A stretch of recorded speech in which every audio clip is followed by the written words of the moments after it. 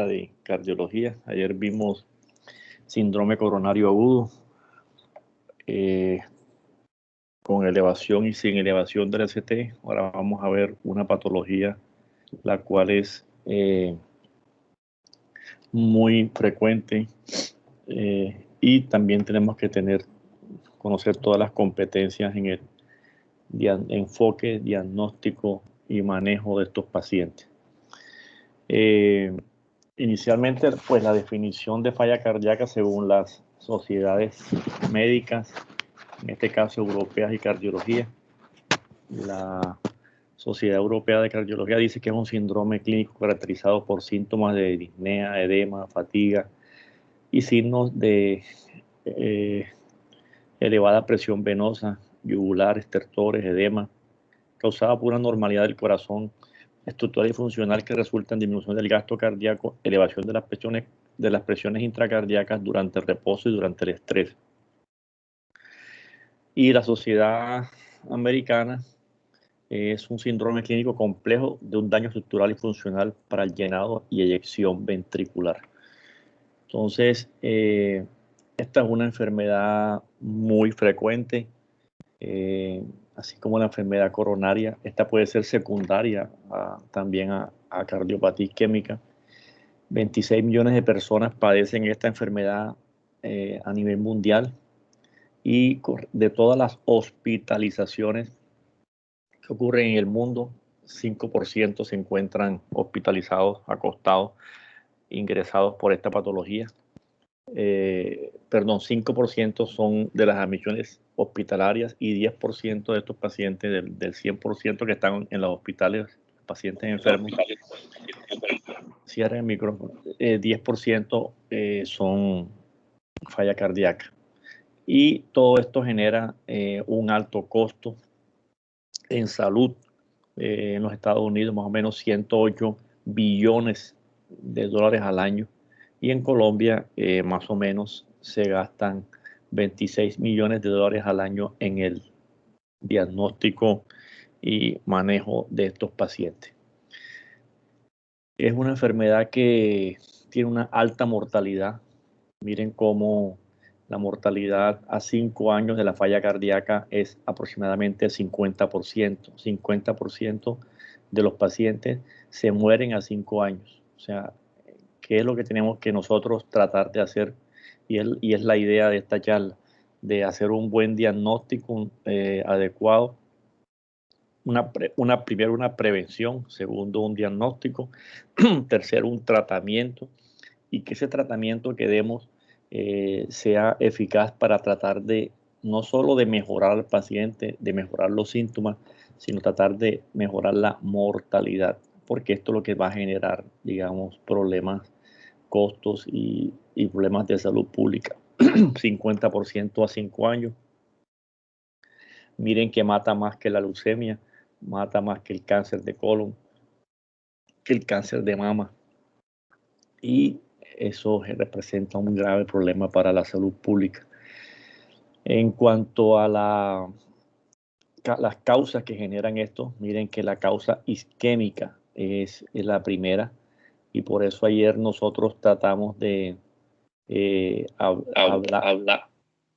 hablamos del diagnóstico de síndrome coronario agudo y cómo debería ser este manejo agresivo en cuanto al enfoque, al diagnóstico y al manejo temprano. En el caso, por ejemplo, de cuando hablamos del síndrome coronario agudo con elevación del ST, cómo todos corríamos para hacer el diagnóstico y el tratamiento, porque entre más tiempo pasaba, más necrosis se generaba en ese corazón, y ese paciente que usted no hace un manejo adecuado termina con una necrosis importante del corazón, y eso va a afectar la fracción de eyección del ventrículo izquierdo y va a terminar el paciente acá en este grupo de cardiopatía isquémica. Entonces, si manejamos bien la cardiopatía isquémica, evitamos la falla cardíaca. Hay una causa idiopática, una causa valvular. Cuando hablemos de valvulopatías, vamos a ver que también las valvulopatías tienen un enfoque diagnóstico y de tratamiento dependiendo de la valvulopatía. Entonces, no dejar al paciente que evolucione con una valvulopatía en manejo médico. Algunos tendrán que requerir tratamiento quirúrgico o intervencionista. Entonces, nosotros tenemos que cambiar el curso natural de la enfermedad para que el paciente no llegue a una falla cardíaca. Enfermedad de Chagas, lo mismo la hipertensión que vamos a ver mañana. Si nosotros no manejamos la hipertensión de manera adecuada en metas, el paciente va a terminar entonces en una falla cardíaca. Entonces es importante esto. Y el manejo inadecuado de esta patología, miren cómo representa los costos a nivel mundial y acá en Colombia, 26 millones de dólares al año. Y miren cómo, en qué se gasta la plata. Miren que la mayoría se gasta en hospitalización. Pacientes se hospitalizan mucho y eso genera el mayor costo. Igual el manejo farmacológico, las visitas, la consulta externa, etcétera.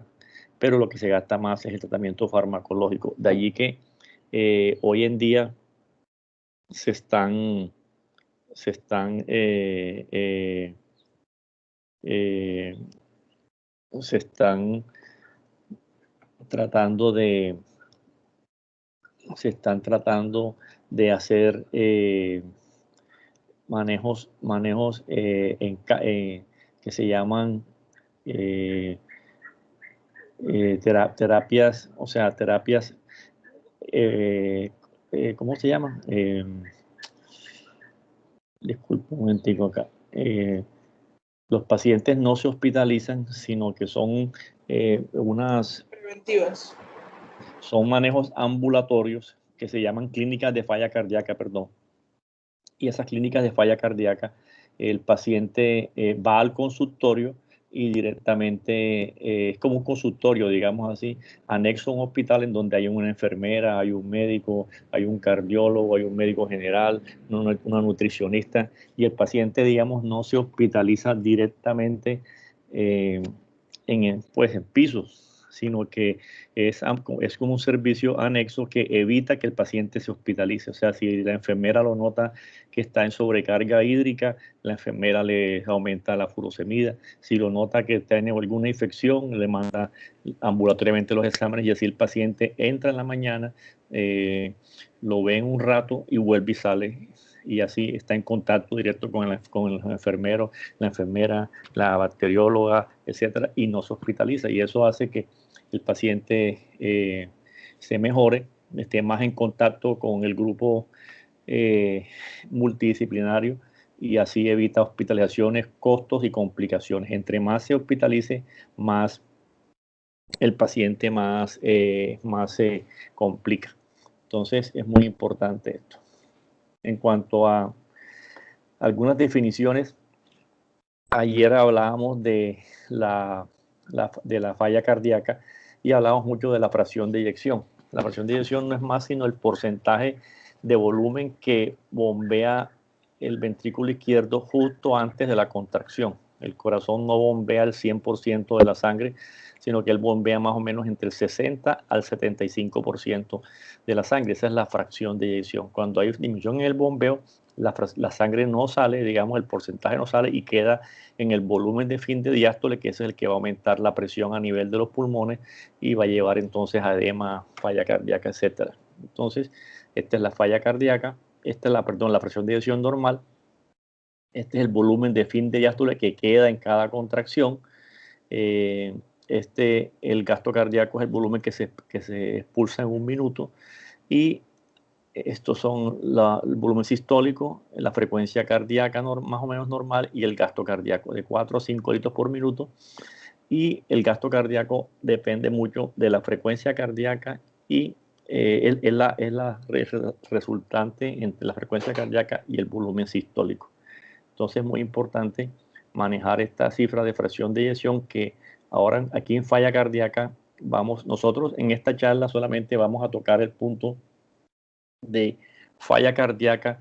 Hay dos tipos de falla cardíaca. La falla cardíaca con fracción de eyección disminuida, que es la que vamos a tratar hoy, y tocaremos algunos punticos muy muy cortos de la falla cardíaca con fracción de eyección preservada. ¿Qué quiere decir? Que hay una falla cardíaca, que es la que todos conocemos, en donde la fracción de eyección está disminuida por daño en el corazón, y otra en donde la función ventricular está preservada, o sea, normal, pero también el paciente presenta signos de falla cardíaca. Las dos son 50 y 50, o sea, son las 50 es disminuida y 50 es preservada.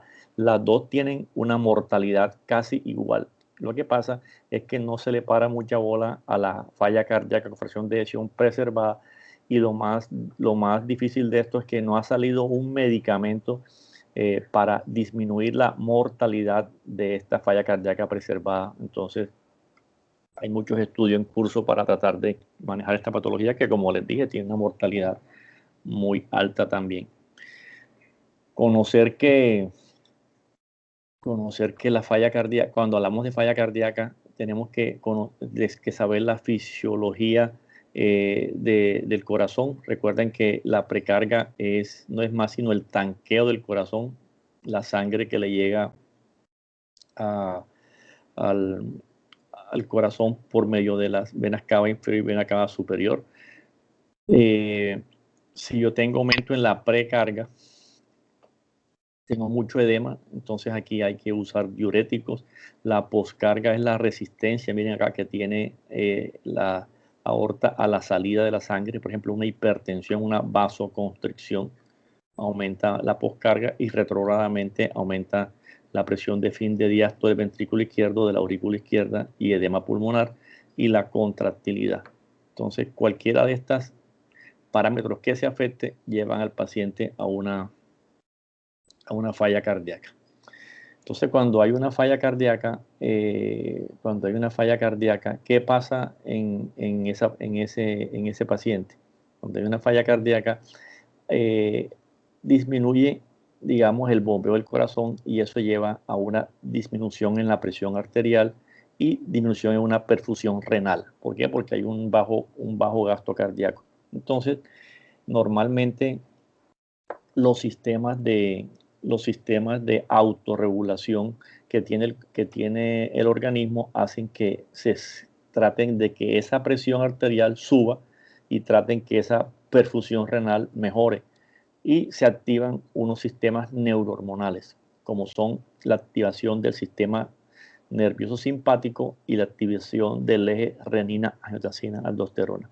Esto hace que aumente la presión, y es dado primero por la acción simpática, y esa sobreestimulación de catecolaminas inicialmente es bueno para el corazón porque está mejorando, digamos, la presión arterial y la función renal, pero este aumento lo hace en exceso y produce una toxicidad a nivel del miocardio, y hace que el paciente además aumente la frecuencia cardíaca, y esa toxicidad directa de las catecolaminas al miocardio hace que ocurra muerte celular. Por otro lado, el aumento en la activación del eje renina-angiotensina-aldosterona hace que se active la angiotensina 2, la aldosterona, produciendo la angiotensina 2 vasoconstricción, fibrosis, inflamación, y todo esto aumenta el estrés miocárdico, llevando al paciente a lo que se llama, que hablamos ayer, de un remodelamiento ventricular. Remodelar el corazón es empeorar la geometría del corazón, no es mejorarlo. Entonces, miren que esa activación inicial, que era fisiológica, digamos así, para tratar de mejorar el daño del corazón, termina siendo catastrófica a nivel del corazón, produciendo un daño. Entonces, ¿qué es lo que se hace en el manejo que nosotros hacemos normalmente? Tratar de dar medicamentos que bloqueen la actividad simpática en el corazón, bloqueen la actividad de aumento del eje renina-angiotensina-aldosterona. Por eso damos inidoreca, por eso damos ARA2, por eso damos espironolactona, por eso damos todos estos medicamentos para bloquear este problema, que es el que lleva al remodelamiento ventricular. Entonces, La angiotensina 2, miren todo lo que produce al aumentarse, daño en la resistencia periférica, en la función renal, en la estructura vascular, remodelamiento, fibrosis, etc. Entonces, este es el problema más grave de eso. Antes se creía que el problema nada más en falla cardíaca era, no, que tengo aumentada la precarga, que voy a darle diurético, que tengo aumentada, disminuye la contractilidad, que le voy a dar digital y listo, que tengo aumento en la poscarga, que le voy a dar un vasodilatador, pero el cuento no es esto. El cuento es que abajo de esta problemática, que era la que queríamos, que era la más importante, está una actividad inflamatoria, que ya les dije, fibrosis secundaria a toda esta producción de sobreestimulación autonómica, alteraciones metabólicas, activación de hormonal, como les comenté, y una cosa importante que últimamente se investigó es la activación de estas sustancias que son los péptidos natriuréticos. Entonces vamos a hacer énfasis en este punto del manejo de los pacientes en las nuevas investigaciones que se han hecho para el manejo de la falla cardíaca. Entonces, resulta que cuando, ya como les dije, cuando hay un bajo gasto, se activa el sistema simpático. Este sistema simpático aumenta la epinefrina, norepinefrina y actúa sobre los receptores alfa 1, beta 1, beta 2, aumentando además la actividad simpática, la vasopresina, la frecuencia cardíaca, la contractilidad y produciendo también el sistema simpático aumenta el eje renina, angiotensina, aldosterona. Todo esto produce remodelamiento. Por otro lado, el aumento en la actividad del eje renina, angiotensina, aldosterona aumenta la presión arterial, retención de sodio de agua, vasoconstricción, tono simpático, aumenta la aldosterona. Esta aldosterona va a producir remodelamiento con hipertrofia y fibrosis. Entonces, todos estos daños son deleterios para el corazón, pero la misma falla cardíaca ha hecho la misma falla cardíaca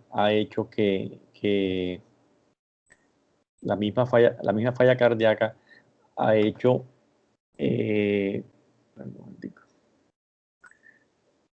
la misma falla cardíaca ha hecho que también de la pantalla, ¿cierto? ¿Aló? Sí, profe. Ok, la misma falla cardíaca hace que se aumenten estos sistemas que están acá, que son los péptidos natriuréticos. Esto no se le había parado bola, pero miren que estos péptidos natriuréticos se aumentan en falla cardíaca. Ustedes saben que es el péptido natriurético cerebral.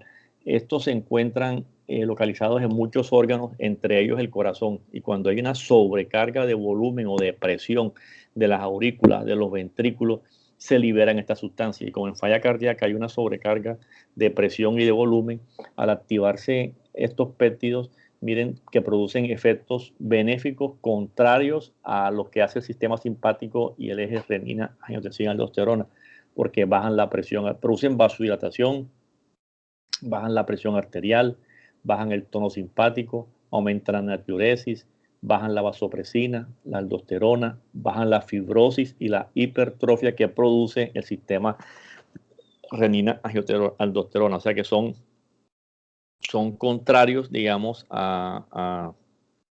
son contrarios a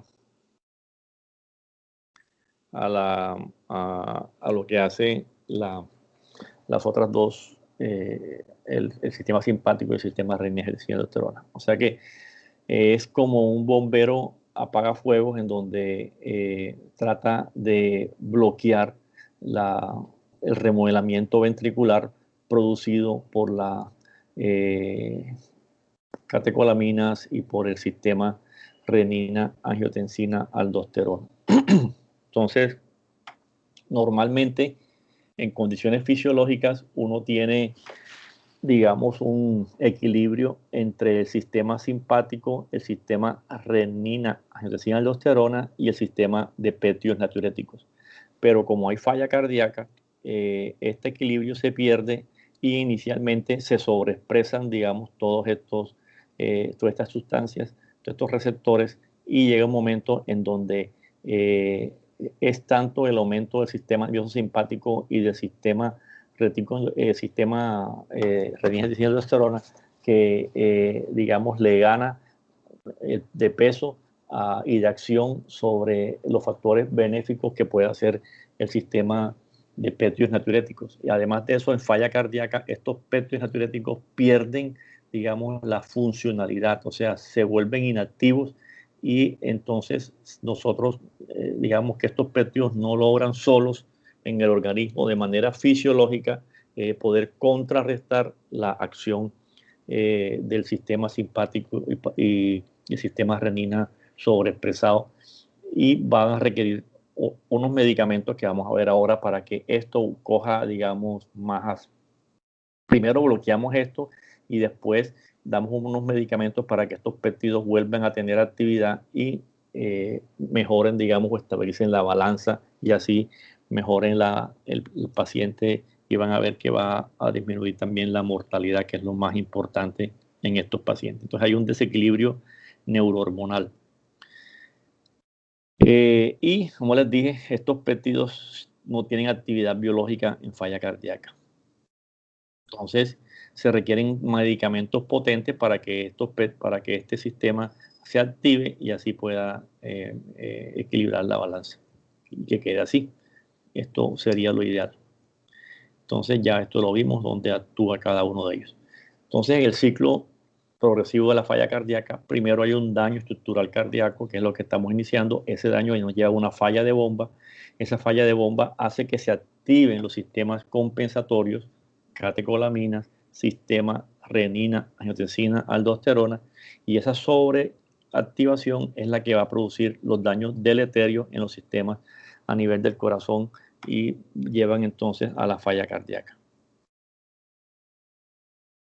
Entonces miren cómo esa sobreactivación del eje renina-angiotensina-aldosterona de las catecolaminas van a producir el daño en el corazón. En el caso del infarto que vimos ayer y que hablamos del remodelamiento, miren cómo los pacientes que hacen infarto, esta es la necrosis, miren cómo cambia la geometría y el paciente se dilata. O sea, remodelar es dilatar. Por eso cuando lo que vimos ayer, si un paciente con un infarto llega a este punto y tiene una fracción de eyección menor del 40%, aunque no sea hipertenso, este paciente debe tomar inhibidor ECA y debe tomar espironolactona, porque estos pacientes con estos medicamentos evitamos el remodelamiento, mayor dilatación y aumento en la mortalidad. Entonces por eso es que damos esos medicamentos hablando de la falla del infarto. En este caso es una falla cardíaca secundario a una cardiopatía isquémica que se está remodelando. Aquí tenemos que actuar rápidamente y si la fracción de eyección ya está menor del 40%, debemos darle estos medicamentos que ya les comenté.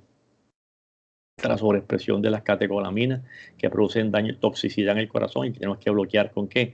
Con los beta bloqueadores. Entonces, como les dije anteriormente, la falla cardíaca, en este caso tenemos que buscar la causa de la falla cardíaca, porque es que nos acostumbramos a que no, que el paciente tiene falla cardíaca. No, eso se cura así como con el COVID, ¿no? Con ivermectina y tómate vitamina C y no. Acá no, que toma captopril, que toma tal cosa, o sea, en este caso no es tomar los medicamentos, sino saber por historia clínica qué lo está produciendo. ¿Será la presión? ¿Será un soplo que tiene? ¿Será una miocardiopatía? ¿Será una cardiopatía isquémica? Porque es diferente. Aquí le bajo la presión a metas, aquí le opero la válvula, aquí le hago un cateterismo como vimos ayer y le coloco un stent, lo llevo a cirugía. Aquí le puedo hacer otro tratamiento. Entonces no es solo dar las pepas, sino saber qué lo produce para tratar de corregir directamente la enfermedad. Otra cosa importante es tratar de conocer cuáles, a veces algunas patologías pueden descompensar al paciente. No es solo descompensarlo y aumentar el tratamiento o cambiar el tratamiento, sino saber si hay algo que me está descompensando. Si tiene un tromboembolismo, si tiene una infección, si tiene anemia. Vamos a ver que la anemia en falla cardíaca es un aspecto muy importante y tenemos que tratarla, especialmente la anemia ferropénica. Si tiene una tirotoxicosis, si tiene una arritmia, una fibrilación auricular, hay que tratarla. para mejorar la falla. Si no hace la dieta, si está tomando medicamentos que le pueden empeorar la falla, medicamentos que sean inotrópicos negativos, diltiazem, verapamilo, antiarrítmicos, no pueden tomarse en falla cardíaca con fracción de eyección disminuida, la dieta, etcétera. Entonces, todo eso tenemos nosotros que estar pendientes en nuestro paciente. Estos son los síntomas más frecuentes, la disnea, tiene alta sensibilidad. Y hay muchas clasificaciones de falla cardíaca. En este caso, tenemos la más frecuente, la falla cardíaca izquierda y la derecha, y la global, que es la sumatoria de las dos, en donde en la izquierda hay disnea, ortopnea, disnea prostática nocturna, crepitantes, edema pulmonar, hipotensión periférica. Hay un micrófono abierto. En la falla cardíaca derecha hay signos de congestión venosa, están infiltradas las yugulares, hay edema de miembros inferiores, hepatomegalia, reflujo hepatoyugular, ascitis, etc. Y también puede haber una congestiva en donde una izquierda se tricuspidiza y llega a una falla cardíaca global o congestiva. Entonces, los síntomas de falla cardíaca izquierda son la disnea de esfuerzo, la disnea paroxística nocturna, la ortopnea, la tos por congestión venosa, congestión pulmonar, la bendopnea, como ustedes saben, cuando el paciente se agacha para ponerse los zapatos, aumenta la presión intraabdominal y eso lleva al paciente a tener más disnea. Al examen físico vamos a encontrar más que todo galope por S3, taquicardia, estertores en las bases. Y cuando el paciente se queja de que a veces puede dormir en una silla porque tiene ortopnea y disnea paroxística nocturna. La falla cardíaca derecha es más que todo congestiva. Hay edema en miembros inferiores, hay una gran hepatomegalia, está engurgitada. Y puede ser solamente derecha o puede ser izquierda que lleva a derecha. Entonces todo eso es importante y la clínica es clave para el enfoque del paciente y saber qué lo está produciendo. En cuanto a esta otra clasificación de falla cardíaca que lo hace la Asociación Americana de Cardiología, que lo clasifica por estadios, de la A a la D. Y la otra es la clasificación, clase funcional de la New York Heart Association, que te clasifica según la clase funcional. Entonces, la primera, la que se divide en A y D, es muy importante porque la clasificación A son pacientes que son asintomáticos, no tienen ningún síntoma, pero tienen enfermedades que, digamos, son muy amenazantes para el paciente y si no las manejamos, podría el paciente empezar una falla cardíaca. Por ejemplo, si yo tengo una hipertensión arterial, una hiperlipidemia, una diabetes, estoy tomando un medicamento tóxico para el corazón, pueden ser, por ejemplo, las antraciclínicos, las drogas de quimioterapia, eso es una amenaza para el corazón porque esos medicamentos o esas enfermedades, si no los manejo adecuadamente, me podrían afectar el corazón. Entonces, ¿qué hago yo? Hombre, si soy hipertenso, trato de mantener la presión a cifras normales. Si soy diabético, lo mismo. Si tengo hiperlipidemia, lo mismo. Si estoy tomando ese medicamento, lo cambiaré o le diré o cuidaré bien los niveles a ver cómo voy. Entonces, es como para que evitemos como de manera preventiva que el paciente entre en falla cardíaca. No hay síntomas y si usted hace un examen físico al paciente, usted le pide electro, exámenes de sangre, todo lo que le pides, todo va a salir normal. Ese es el tipo A. El tipo B ya es el paciente que no corregimos, digamos, los factores iniciales y ya encontramos que hay daño estructural cardíaco, o sea, el corazón ya se está afectando, hay una hipertrofia al ventrículo izquierdo, ya el paciente le dio un infarto de pronto, pero estructuralmente encontramos que hay daño, hay hipertrofia, hay una arritmia, hay una falta de motilidad de una pared, hay un infarto, pero el paciente no se siente nada. O sea, ya empezó el daño a nivel cardíaco, pero el paciente es totalmente asintomático. No se cuida, no le para bola porque no le siente nada, eso no fue nada, no tomó ningún medicamento y pasó al estadio C. Al estadio C es el que más vemos nosotros en los hospitales, es el paciente que tiene daño cardíaco y además de eso ya tiene los síntomas de falla cardíaca. Entonces ya miren que ha pasado 2 estadios que si hubiéramos atacado el estadio A, no estuviéramos acá en el C. Y el D ya es el más grave, en donde hay daño cardíaco, hay síntomas, pero estos síntomas no mejoran a pesar del manejo médico. O sea que estos pacientes van a requerir ya un trasplante cardíaco, un dispositivo que se llama un resincronizador cardíaco, que vamos a ver ahora. Entonces ya estos pacientes ya tienen una alta mortalidad. Estos son los que se mueren ya porque necesitan ya otras intervenciones. Desde el punto de vista de la clase funcional se dividen en 4 clases, en donde el 1 está más o menos bien, el 2 se fatiga cuando hace su vida normal, cuando camina, cuando sale a hacer un mandado, el 3 se está fatigando con mínimos esfuerzos y el 4 es el que se fatiga ya en reposo. Entonces,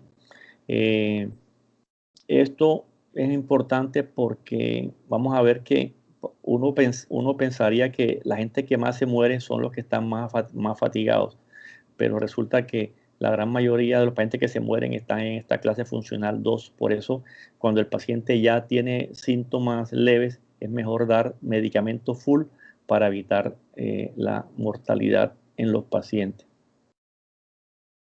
Entonces, hablando ya de la falla cardíaca y la fracción de eyección, que ustedes saben que es el volumen de sangre que expulsa la sangre en un minuto, en cada contracción, perdón, hablamos de falla cardíaca o fracción de eyección reducida, la que estamos hablando cuando al hacerle el método diagnóstico puede ser un ecocardiograma, puede ser una resonancia, puede ser un ventriculograma por cateterismo, en una medicina nuclear, encontramos una fracción de eyección menor del 40%. Y cuando la fracción de eyección es del 50% o más, hablamos que la función es preservada. Recuerden que el 50% de los pacientes tienen falla cardíaca con reducida y pueden tener falla cardíaca con preservada. Y existe un intermedio que se llama falla cardíaca intermedia, que va de 41 a 49 y que para hacer este diagnóstico necesitamos un ecocardiograma y que cumpla 2 de estos 3 criterios. Entonces vemos que hay 2 tipos, de falla. La sistólica, esta es la disminuida y esta es la preservada. Clínicamente uno puede diferenciar estas 2 patologías, especialmente cuando hago un examen físico, encontramos que en la disminuida el APES va a estar muy desplazado, en la preservada el APES va a estar normal, en la disminuida hay una gran cardiomegalia, en la preservada el corazón va a estar normal, tamaño normal, porque él crece es por hipertrofia, no por dilatación. Y acá encontramos semiología, un galope por S4 y en la falla sistólica galope por S3. Yo me imagino que ya ustedes eso lo dominan. En cuanto a la falla cardíaca preservada, que estamos tocando, como les dije, algunos puntos de eso, las comorbilidades son las que llevan al paciente a esa falla cardíaca preservada. Y hay que tratar de corregir la comorbilidad para que el paciente mejore los síntomas. Si es obeso, que baje de peso, mejorar la anemia, mejorar la FA, mejorar la diabetes, corregir la enfermedad coronaria, bajar la presión arterial, etc. En cuanto a los diagnósticos de la falla cardíaca, laboratorios inicialmente, siempre tiene que haber un electrocardiograma, el cual es patológico hasta más del 50% de los casos. Una radiografía torácica siempre va. Un ecocardiograma tiene que ir, porque en el ecocardiograma es donde me van a decir exactamente cómo está el corazón, cuál es Primero, si la falla cardíaca es con fracción preservada o disminuida, porque vamos a medir la fracción de eyección con el equipo. Y segundo, me puede dar una idea de qué lo está produciendo la falla cardíaca. ¿Es una valvulopatía? ¿Es una hipertensión arterial? ¿Es una cardiopatía dilatada? ¿Es cualquier cosa? Entonces me va orientando a mí a la causa de la falla. Los laboratorios de rutina, cuadro hemático, ionograma, buncatinina, glicemia, perfil lipídico, y hay unos especiales dependiendo de la clínica. Si tiene clínica de un hipertiroidismo, hay que pedir TSH porque el hipertiroidismo produce falla cardíaca. Si tiene un hipotiroidismo, lo mismo. Ferritina en el caso de anemia. Y los péptidos natriuréticos, como ya les dije, se pueden medir y podemos ver si están elevados en el seguimiento, en el diagnóstico del paciente. Entonces, si hay anemia, vamos a ver que hay que corregirla. Ahora miramos cómo. Si hay aumento en el BUN y la creatinina, puede ser una falla renal crónica que me está aumentando la sobrecarga de volumen, de presión, y esta es la causa. Si la diabetes, perfil lipídico, hay que corregirlo, pues ustedes saben que esto puede llevar a enfermedad coronaria, etc. Entonces, todo eso hay que tenerlo en cuenta. Esto para ver que hay una serie de biomarcadores nuevos que están como el SSTL2 y otra serie de biomarcadores que están en estudio para el diagnóstico de falla cardíaca, medir la fibrosis, etcétera. Pero eso casi, digamos que eso apenas está saliendo.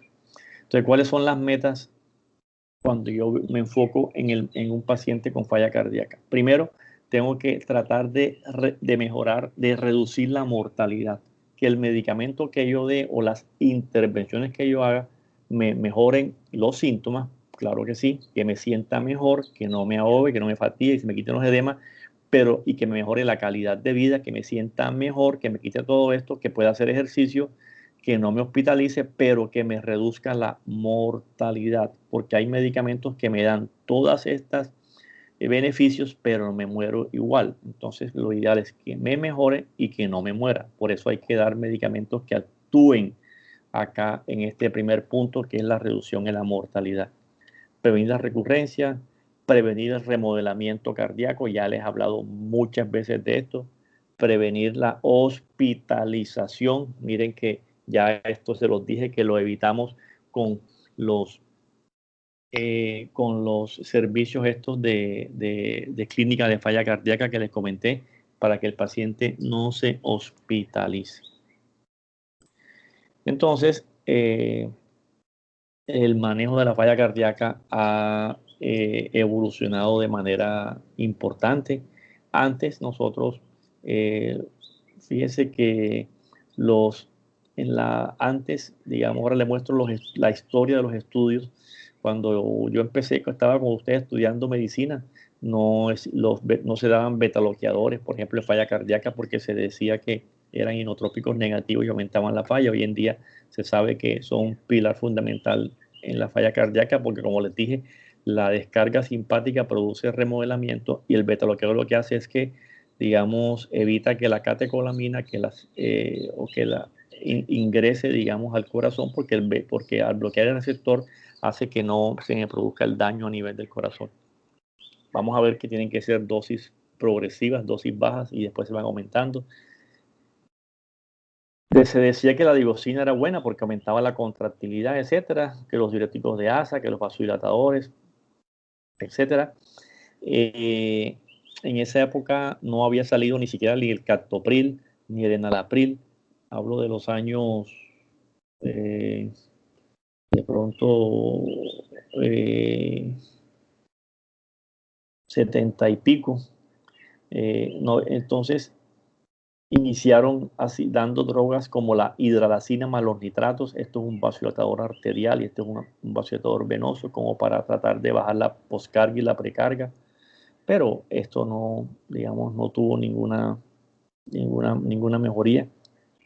Aquí ven, miren, apenas en el año 87 empiezan los estudios para falla cardíaca con el estudio Consensus con enalapril, en donde demostró que bajó la mortalidad en falla cardíaca. Miren que yo no me canso de decirle de las drogas que bajan la mortalidad en falla cardíaca.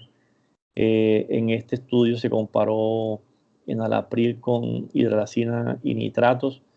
Acá pasaron y estas drogas demostraron que eran beneficiosas para el corazón, y pasan todos estos años y ya acá salen los estudios de beta bloqueadores en falla cardíaca. Miren cómo el estudio MERIT con metoprolol succinato. Miren que todos los beta bloqueadores no bajan la mortalidad en falla cardíaca. En el estudio MERIT se empezó a estudiar, a dar metoprolol succinato. Miren que es succinato y no tartrato, sino succinato, bajo la mortalidad. En el CIBIS con bisoprolol, en el Copérnicos con carvedilol. Entonces son drogas, estas tres drogas, y el nebivolol baja la mortalidad en falla cardíaca. Aquí sale el estudio Rales en el 99, que es el de la espironolactona, que se usa todavía, bajando la mortalidad. Miren que en el año 96 sale el estudio DIT, que fue digoxina en falla cardíaca y no demostró disminución en la mortalidad. Esto tiene indicaciones en algunas situaciones, pero no disminuye la mortalidad como si lo hacen los beta bloqueadores, como si lo hace el enalapril hasta el momento. Pasan los años y siguen estudiándose, por ejemplo, aquí sale el candesartán, que es un ARA2 que fue el único que disminuyó la mortalidad en falla cardíaca. Siguen saliendo acá, aquí, por ejemplo, los resincronizadores que vamos a ver ahorita. Sale acá otros medicamentos. Sale acá una droga que se llama la ivabradina, que vamos a ver ahora. Y hasta el 2014, donde sale un medicamento que ha cambiado, digamos, la historia de esta enfermedad, que es el estudio Paradigm, en donde se usa un medicamento que vamos a ver ahora que se llama el sacubitril valsartán, una mezcla de medicamentos que son los que más han cambiado, digamos, el curso de esta enfermedad. Y miren, desde el año 27 hasta el año 2014, aquí tenemos el registro de todos los estudios que se han hecho y que han fallado. Miren cómo se hacen estudios para COVID y no resultan, así también en falla cardíaca. Todos estos se intentaron dar a ver si mejoraban la mortalidad en falla cardíaca y ninguno demostró beneficio en estos estudios. Entonces, hoy en día, ¿qué tenemos? Tenemos beta bloqueadores que me bloquean el sistema simpático, hay que hacerlo. Tenemos los inhibidores ECA o ARA2 que me bloquean el sistema renina, angiotensina, aldosterona. Tenemos la espironolactona o el esprenone que me bloquean acá la aldosterona. Entonces, este es un bloqueo hormonal que es el que se usa normalmente en pacientes con falla cardíaca. Pero estos tres solamente mejoran la cosa, pero todavía la mortalidad sigue siendo un poco importante. Entonces aparece este medicamento en el 2014 que les dije ahorita, que es una mezcla de dos medicamentos, que es uno que es el sacubitril y el otro que es el valsartán, que es el ARA2. Recuerden que el ARA2 actúa directamente bloqueando el receptor AT1. Yo me imagino que ustedes vieron eso en farmacología. Bloquea directamente el AT1 y deja libre el AT2, que es benéfico para el corazón. El AT1 es el que me va a producir vasoconstricción, proliferación celular, fibrosis y todo el daño de remodelamiento a nivel del corazón.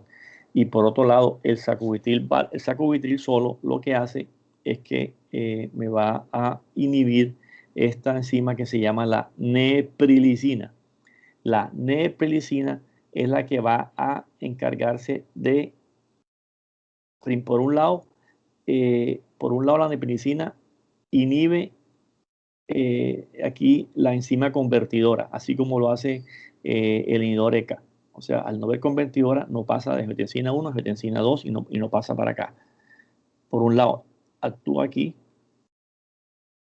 bloqueando, y por otro lado, bloquea, digamos, la degradación de los péptidos natriuréticos. Ya les había dicho que los péptidos natriuréticos son benéficos para el corazón y que están sobreexpresados en falla cardíaca, pero la nepilicina, al inhibir la degradación de los péptidos, estos aumentan y, digamos, van mejorando su funcionalidad. Además de eso, les dije que cuando está sobreexpresado el sistema simpático y el sistema renina, angiotensina, aldosterona, se inhibe, pues el beneficio de los péptidos no es muy importante porque está desequilibrado la balanza, como les mostré. Pero como ya yo estoy bloqueando acá beta bloqueadores, espironolactona, la misma nepilicina me bloquea aquí el ECA. Entonces baja, al mejorar esta parte, ya la nepilicina me aumenta, al bloquear la nepilicina, me aumenta los péptidos natriuréticos porque ya no se degradan. Entonces los péptidos aumentan su cantidad, aumentan su funcionalidad y la balanza se inclina más hacia el lado porque ya bloqueé el sistema simpático y la aldosterona y la angiotensina 2. Entonces el paciente ya se va regulando y eso va a dar beneficio. Al aumentar los péptidos, como les dije, los péptidos lo que hacen es que producen aumento en la natriuresis, o sea, bajan el volumen, mejoran el edema, mejoran todo el remodelamiento, producen vasodilatación y además disminuyen la fibrosis y el remodelamiento. Entonces, eso es muy importante. Hablando un poco de los medicamentos en falla, los inhibidores ECA, como ya les dije, con el consenso que salió en el año 87 por allá, mostraron beneficio en la mortalidad y reducen la hospitalización. Se empiezan con dosis bajas, 2.5 cada 12 horas, 5 cada 12 horas, dependiendo cómo esté la presión del paciente, y se van aumentando cada 2 semanas, cada mes se va aumentando las dosis. Las dosis en falla cardíaca, aunque no sea hipertenso, siempre y cuando las tolere, deben ser lo más altas posible porque los estudios han demostrado que entre más alta esté la presión, mejor beneficio en los pacientes. Vamos a ver que estas drogas son las que se están utilizando pues, en estos momentos. Las guías del 2016, que son las últimas que les voy a mostrar ahora, lo recomiendan, pero esto va a ser historia patria. Ya está pasando la época del Inoreca, está pasando la época del ARA2, y vamos a ver que el sacubitril valsartán y otros medicamentos nuevos que han salido van a desplazar a estas moléculas. Beta bloqueadores no lo desplaza nadie, nadie ha dicho todavía que eso hay que quitarlo, que ha salido algo mejor para eso. Baja la mortalidad, segunda droga que baja la mortalidad, baja la hospitalización, la muerte súbita, y ya les dije que las que sirven son bisoprolol, carvedilol, metoprolol y nebivolol un poco, pero estos tres primeros son los claves. No le voy a dar propanolol porque no sirve para bajar la mortalidad. Dosis bajas y deben ser ascendentes en cada control. Si es bisoprolol, 2.5 días, después se sube a 5, después se sube a 10, si lo tolera. Carvedilol, 6.25 cada 12 horas, después 12.5 cada 12 horas, después 50 cada 12 horas, que es lo máximo. Así, metsucinato 25, 50, 100, 200, si lo tolera. Entonces, es muy importante esto. Van dos drogas. La tercera droga que siempre se coloca es los inhibidores de la aldosterona, como la espironolactona o el esplerone, igual a dosis ascendente, verificar el potasio. Y la espironolactona tiene un problema que produce ginecomastia y el esplerone no la produce, es una droga nueva. No nueva, es vieja, pero es no post. Hay que dar el Mipres, pero se puede dar cuando el paciente tiene ya efectos de ginecomastia. Hay un medicamento que yo les mostré, que fue el estudio CHIF, que se llama la ivabradina. Es una droga que actúa a nivel del nodo sinusal en las fibras IF del nodo sinusal, y lo que hace es disminuir la frecuencia cardíaca o la descarga del nodo sinusal, mejorando la frecuencia cardíaca. Hicieron unos estudios y se demostró que los pacientes que tenían la frecuencia cardíaca mayor de 70 se morían más que los que tenían menor de 70. ¿Cómo le bajo yo la frecuencia cardíaca a un paciente con falla cardíaca? Recuerden que la falla cardíaca aumenta como mecanismo de defensa, como compensatorio por activación simpática, por todas las cosas que ya les dije, y la frecuencia cardíaca alta hace que el paciente aumente la mortalidad. Entonces, idealmente uno le da beta-bloqueadores para que esto se consiga. Si el beta-bloqueador no alcanza a frenar la frecuencia ventricular porque no puedo aumentar la dosis, si yo aumento la dosis, le puedo empeorar más la falla por la inotropía negativa, etc. Yo le tengo que adicionar ivabradina y le tengo que poner la frecuencia cardíaca menor de 70, y así mejoro la mortalidad en los pacientes. Miren que no hemos hablado de los diuréticos. Sí hablamos ya de un diurético que fue la espironolactona y el esplenol, pero esos diuréticos que les hablé, o sea, actúan más que todo en el remodelamiento, pero no son drogas que que aumenten la diuresis como tal. La droga que más aumenta la diuresis en falla, especialmente los que tienen falla cardíaca con síntomas de edema, falla cardíaca derecha o izquierda con edema pulmonar, etcétera, son los diuréticos de ASA. Estos diuréticos de ASA aún no, digamos, mejoran los síntomas del paciente, disminuyen el edema de manera importante, pero no disminuyen la mortalidad. Pero hay que darlos cuando se necesiten. ¿Cuándo los doy? Cuando tiene edema inferiores, hepatomegalia, yugular, estertores, falla cardíaca, etcétera, hepatomegalia. Cuando el paciente ya está mejor de los síntomas, usted le puede ir bajando la furosemida, inclusive se la puede quitar, porque esa droga es la que manejan, como cuando les comenté del manejo de clínicas de falla ambulatorio. La enfermera pesa al paciente todos los días. Si el paciente aumenta de peso, quiere decir que está reteniendo más líquido. La enfermera o el paciente se puede aumentar la furosemida. Si ya está seco, ya no tiene edema, está con tendencia a la hipotensión, usted le puede ir bajando la furosemida, inclusive se la puede quitar. Lo que no le puede quitar nunca al paciente es el beta-bloqueador, es el inhibidor ECA, o el ARA2 o la espironolactona, porque esos sí son los que mejoran evitan el daño y pueden revertir el famoso remodelamiento, que ahorita le vamos a comentar que es posible revertir eso. La digital es una droga que se hizo el estudio DIT, como les mostré, y fíjense que aquí tenemos la gráfica. Miren que el placebo con la digoxina no hubo diferencia, una P de 0.8, no hubo diferencia significativa en cuanto al uso de digital. No sirve para mejorar la mortalidad, pero tiene sus indicaciones. ¿Cuándo lo utilizo?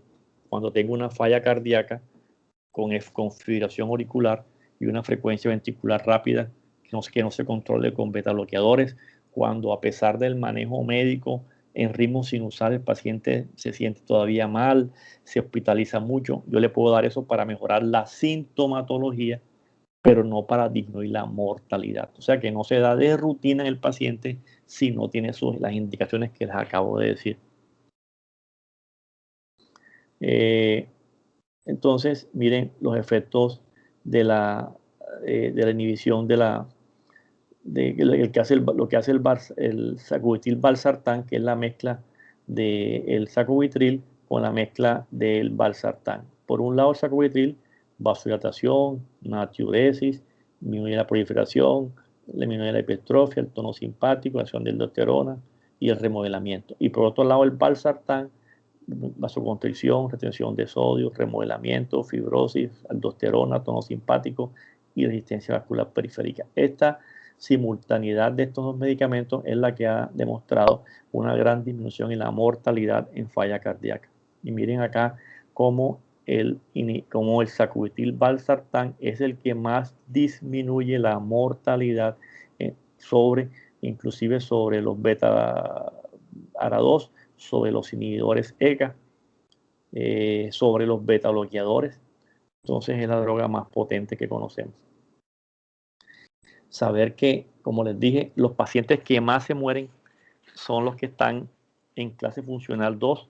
Por eso hay que tratar de dar estos medicamentos que les estoy comentando, especialmente el sacubitril/valsartán, en pacientes que no están tan enfermos, digámoslo así, que están con una disnea funcional 2, se agitan cuando caminan, hacen ejercicio, y no esperar dárselo acá cuando ellos están muriendo, porque los que más se mueren son estos. Entonces, si yo le ataco una droga que me baja la mortalidad de manera rápida, agresiva, evito que se mueran los pacientes en falla cardíaca, que ya les dije que se mueren 50% a 5 años.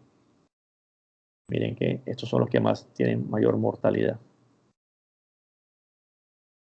Bueno, aquí tenemos la droga. Rápidamente les voy a hablar de estos dos dispositivos que maneja electrofisiología, que son el cardiodesfibrilador y el resincronizador cardíaco, y el marcapasos cuando se necesite. Cuando un paciente, ya les dije que el 40%, el 50% de los pacientes en falla cardíaca fallecen con muerte súbita, y esa muerte súbita la producen arritmias cardíacas, especialmente taquicardia ventricular, fibrilación ventricular. Entonces, ¿qué pacientes están predispuestos a eso? Los que tienen una fracción de eyección disminuida, los que no tienen enfermedad coronaria.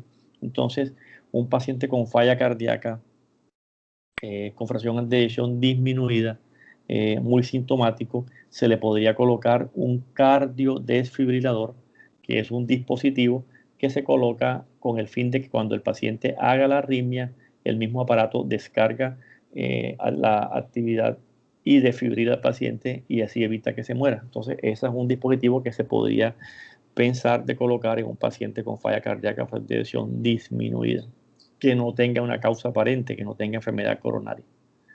Entonces, y el otro aparato es el resincronizador cardíaco. Paciente con falla cardíaca, que no mejore con manejo médico, que tenga la fracción de eyección disminuida y que tenga el electrocardiograma con un bloqueo completo de rama izquierda, y que ese bloqueo completo de rama izquierda tenga que sea ancho, y que que mida más de 150 milisegundos. Ese paciente se le coloca un resincronizador cardíaco. Los pacientes con falla cardíaca y bloqueo de rama izquierda, digámoslo así, bloqueo de rama izquierda evita que la corriente eléctrica del corazón llegue a todas las partes del corazón y se demore, y hay una asincronía. Y es como que si usted le pusiera unos cables nuevos al corazón para que llegue la corriente eléctrica. Un cable va al ventrículo izquierdo, un cable va al ventrículo derecho y un cable va a la aurícula izquierda, y eso hace que la corriente fluya más rápido en el corazón y el poquito músculo que le queda se contraiga de manera organizada, de la simétrica, y con más velocidad, y así el paciente mejora la falla y mejora la mortalidad. Entonces, eso es un dispositivo que se coloca en falla cardíaca. Les hablé algo. Hay un micrófono. Les hablé algo de. Cierren el micrófono. Les hablé algo de la anemia. Los pacientes que tienen anemia ferropénica, hay que medirles la ferritina y la saturación de transferrina. Si está menor de 100 la ferritina, o la saturación de transferrina menor del 20%, esos pacientes hay que colocarles hierro parenteral. ¿Qué se ha demostrado con hierro parenteral? Antes se pensaba que podían disminuir la mortalidad, pero lo que disminuye es la clase funcional, alivia los síntomas y se siente mejor. Hombre, ese paciente se siente ahogado, fatigado, no mejora con todos los medicamentos, pero tiene una hemoglobina de 9, de 8. Ese paciente usted le coloca hierro parenteral si es una anemia ferropénica. Eso sí, le corrige las causas que le estén produciendo eso. Si tiene una gastritis, haga la endoscopia. Si tiene una úlcera, corrija eso. Si tiene una hemorragia activa baja, hágale colonoscopia y busque la causa. Puede ser un cáncer, puede ser lo que sea. Pero si todo se corrige, usted le corrige ese hierro parenteral y el paciente se va a sentir mejor, menos fatigado, menos ahogado, mejor calidad de vida. No mejora la mortalidad, pero se va a sentir mejor, se hospitaliza menos, etc. Entonces, miren la guía que yo les dije que buscaran ayer, la de 2016, pero este año va a salir, en el 2021 va a salir la nueva guía y esto va a cambiar. Les voy a hablar del 2016 para adelante, lo que hemos hecho normalmente nosotros, pero esto ya, digamos, va a cambiar y ya hoy vamos a dar unas pautas que cambiarían esto y que ya mucha gente ya lo está haciendo. Entonces, el paciente viene con falla cardíaca, se le inicia un ECA o un ARA2. El ARA2 si tiene tos, etcétera, y el beta bloqueador. Son los dos que siempre se utilizan. El paciente a usted después le va aumentando la dosis, como les dije, y si sigue sintomático, usted le agrega acá la espironolactona. Ya tenemos 1, 2, 3 medicamentos. Posteriormente el paciente sigue sintomático y usted ve que la frecuencia cardíaca está mayor o igual a 70, ya le dije, inicia la ivabradina para bajar mejor la frecuencia cardíaca menor de 70. Usted le hace, acá, miren que ya ellos dicen que si no mejora, usted aquí, después de dar todos estos pasos, usted dice, hombre, vamos a darle la nueva droga que salió, que se llaman los inhibidores de los péptidos natriuréticos. Miren, que son estos que están acá. Pero miren todo lo que se demora uno para, digamos, cambiar ese medicamento. Entonces aquí le dan cabida a los famosos inhibidores de los péptidos, como el sacubitril/valsartán, porque estaban apenas en estudio. También nos dicen, hombre, si tiene un bloqueo completo de rama izquierda, ponle un resincronizador. Vamos bajando. Si los síntomas persisten, piensa de pronto ya en un estadio D, hay que hacer un trasplante cardíaco, hay que póngale digoxina para que mejore la sintomatología. Y los diuréticos de ASA, o sea, la furosemida, miren que está acá a este nivel. Digamos que esta es la que usted maneja, la quita, la pone, la aumenta, la disminuye, dependiendo la sobrecarga hídrica, los síntomas del paciente. Entonces, este es el manejo de la falla, pero vamos a ver que esto ya, digamos, cambió, pero todavía no ha sido publicado.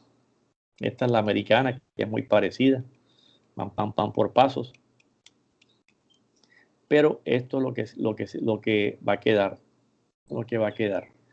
El paciente está sintomático y usted en el primer paso ya le va a iniciar el ARNI, o sea, el sacubitril/valsartán. Miren que acá lo tenían por acá abajo.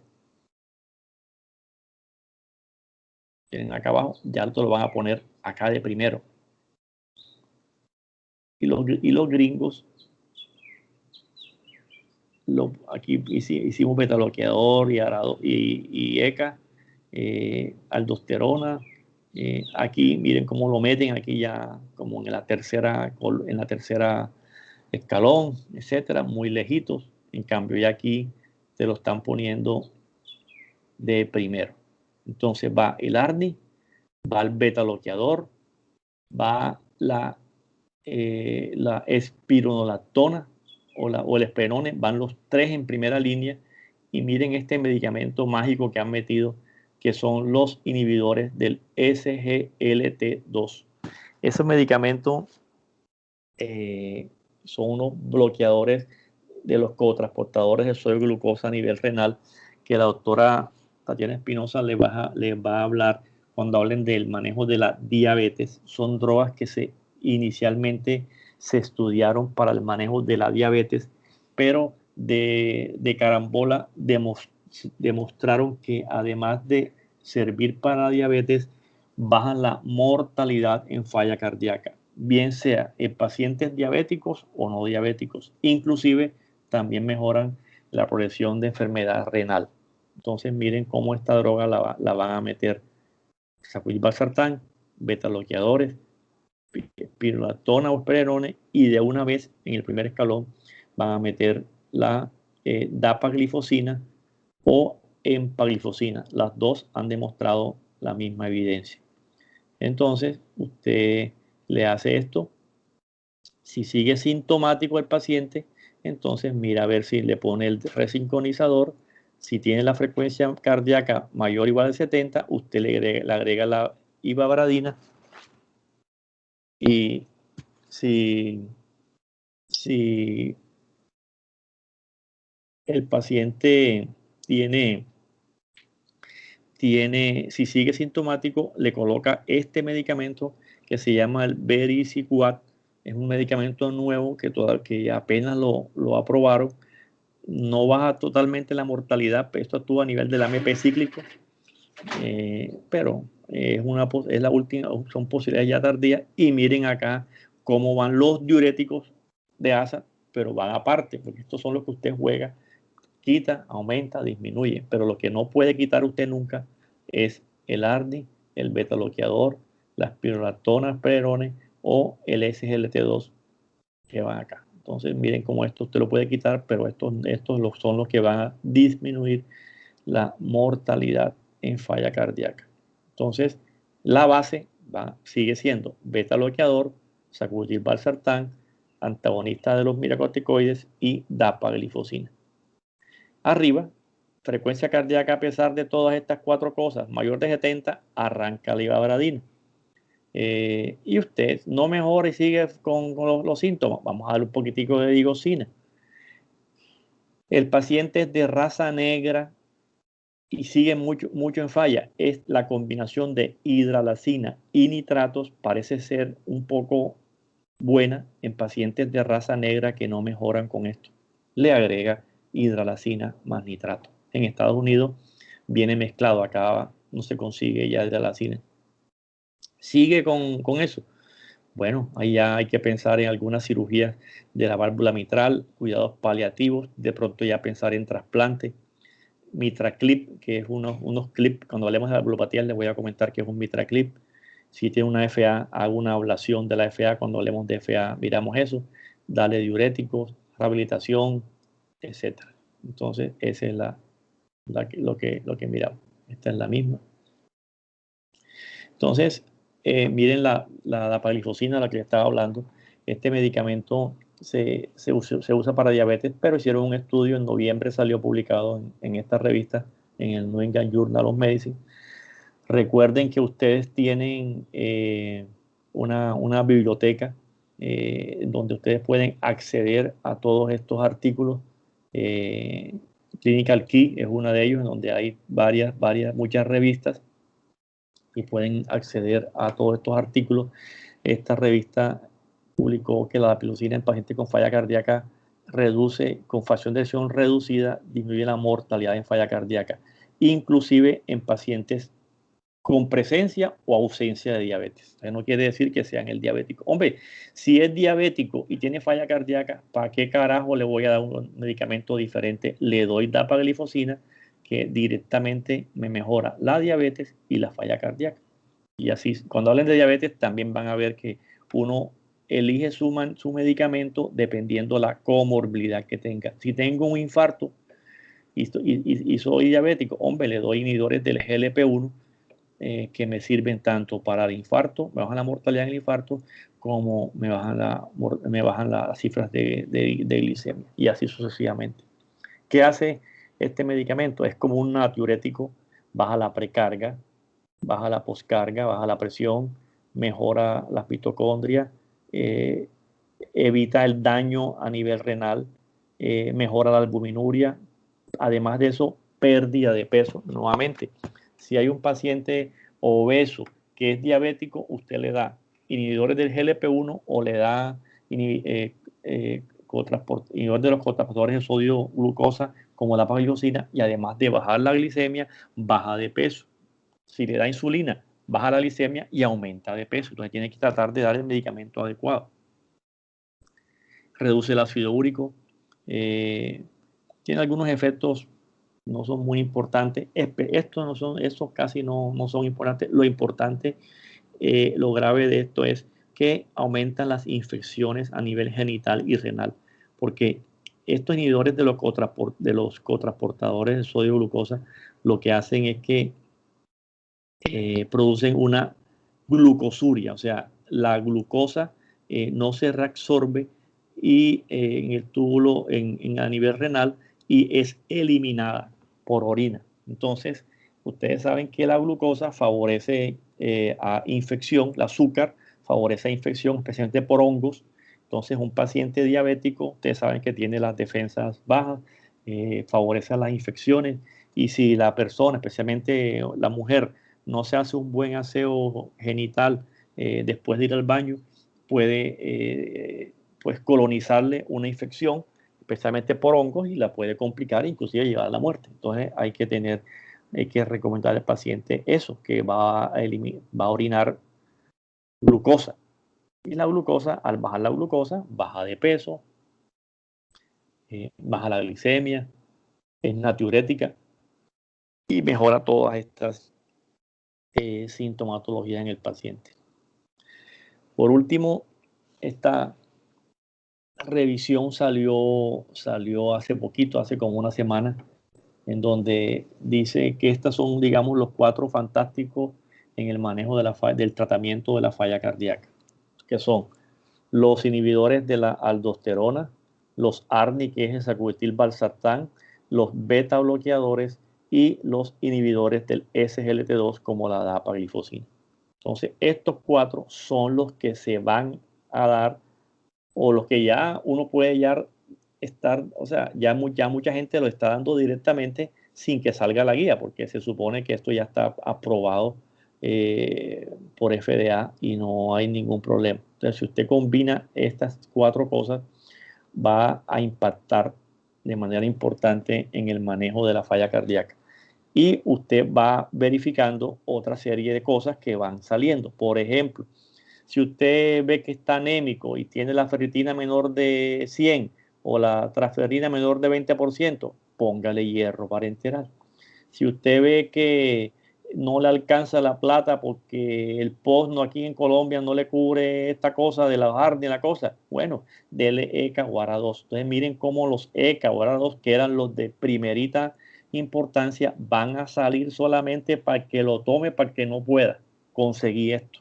O sea que ya esa vaina, el POS debería meterlo dentro del plan obligatorio de salud, pero no sé, pero todavía estos tipos no se meten en la cabeza eso y entonces no lo han metido con todos estos estudios que tienen de beneficio. Entonces, al que no pueda, va a tomar esto que sirve, pero no tanto como esto. Si el paciente tiene una fibrilación auricular, hombre, y hay que anticoagularlo, anticoagúlelo. Si hay que darle digital, dele digital. Si tiene bloqueo de rama izquierda y el QRS ancho, póngale resincronizador. Si tiene la frecuencia cardíaca mayor de 70, póngale ivabradina. Si está congestivo, póngale diurético. Si se le quitó la congestión, quítele el diurético. Fíjense que son cosas, son secundarias. Las tiacidas son diuréticos que se usan más que todo en hipertensión arterial, más no en falla cardíaca. ¿Cuándo utilizo tiacida? Cuando a pesar del diurético no logro, digamos, bajar el edema, puedo agregar un poquitico de tiacida. Si el paciente es de raza negra y no mejora, póngale hidrolazina más nitrato, ya le dije. Si tengo una insuficiencia mitral importante, le póngale un mitraclip, que eso se lo vamos a hablar después. Si a pesar de todo esto, sigue el tipo, póngale lo último que ha salido, póngale Vericiquat, agregue digital o póngale Omecantip, que son drogas que actúan a nivel de la fibra contráctil del corazón, del AMP cíclico. Son drogas que no son tan importantes como tan benéficas en bajar la mortalidad, pero de algo sirve. Entonces, esto es el futuro, bueno, el presente, digámoslo así, porque ya tiene que reventar eso ya ahora pues formalmente ahora en agosto, septiembre, pero ya uno puede, por los estudios que han mostrado beneficios, uno puede ir ya cambiando el paradigma en el manejo de la presión arterial. Y cosa importante, si yo me le juego con todos estos medicamentos, puedo llegar a algo muy importante, que es llevar al paciente a lo que se llama el remodelamiento inverso. Yo les hablé del remodelamiento, la fecha para acá, que es el daño aquí. uno cree que el paciente que llega a este punto ya se fregó y se va a morir en el 50% de los casos. Hombre, sí, se va a morir si usted le sigue dándole enalapril, dándole ahí propanolol, dándole hidroclorotiazida, dándole cualquier cosa que le dan por ahí, prazosín, ¿sí? Porque le van a dar lo que no es. Pero si usted le pone estos medicamentos al paciente y le hace y no se los quita para nada, digamos que lo que usted debe quitar en algún caso es la furosemida, pero si no les quita esto y el paciente lo mantiene ahí, existe la posibilidad que ese remodelamiento que tiene el paciente eche para atrás y haga lo que se llama un remodelamiento inverso y el paciente trate nuevamente de llegar de pronto no a la normalidad, pero sí la fracción de eyección que estaba aquí en un 30%, usted la puede poner en un 45% y el paciente mejora los síntomas, mejora la mortalidad en el paciente. Eso sí, que si usted le quita los medicamentos otra vez porque ya me curé, vuelve y viene acá. Entonces, es muy importante tener en cuenta y conocer este aspecto. Acá, para terminar, en la falla cardíaca preservada, los diuréticos son los únicos que sirven. No ha salido droga hasta el momento que mejore la mortalidad en la preservada. Fíjate que hablamos todo ya de la reducida, que sí hay medicamentos, los 4 fantásticos, etcétera. Acá, en la preservada, ninguno ha mejorado. Ni el Irbesartán, ni el losartán, ni la espirulactona, ni el sacubitril/valsartán, ninguno ha mejorado, cosa preocupante. Y están estudiando la última carta, que es dapaglifosina, a ver si logra el milagro de impactar en la mortalidad de estos pacientes. Este fue con espirulactona, no mejoró. Este con sacubitril/valsartán no mejoró. Este fue con sacubitril/valsartán. Miren que no mejoró la mortalidad en los pacientes. Estos son unos dispositivos que se colocan en el septo interauricular en falla cardíaca preservada. Cuando aumenta la presión arterial, él pasa la sangre hacia el lado derecho como para descongestionar un poco al paciente. Y entonces las conclusiones es que la falla cardíaca es una enfermedad progresiva, mortal, prevenible. Ya les dije, en estadio A hay que prevenir, hay que hacer una detección temprana, hay que asegurar la adherencia y titulación de medicamentos, control de las comorbilidades en la preservada, prevenir la hospitalización con las clínicas de falla para así mejorar la mortalidad. Bueno, 7:16, la doctora quedó en entrar a las 7:15. Si tienen alguna pregunta. Preguntas, jóvenes.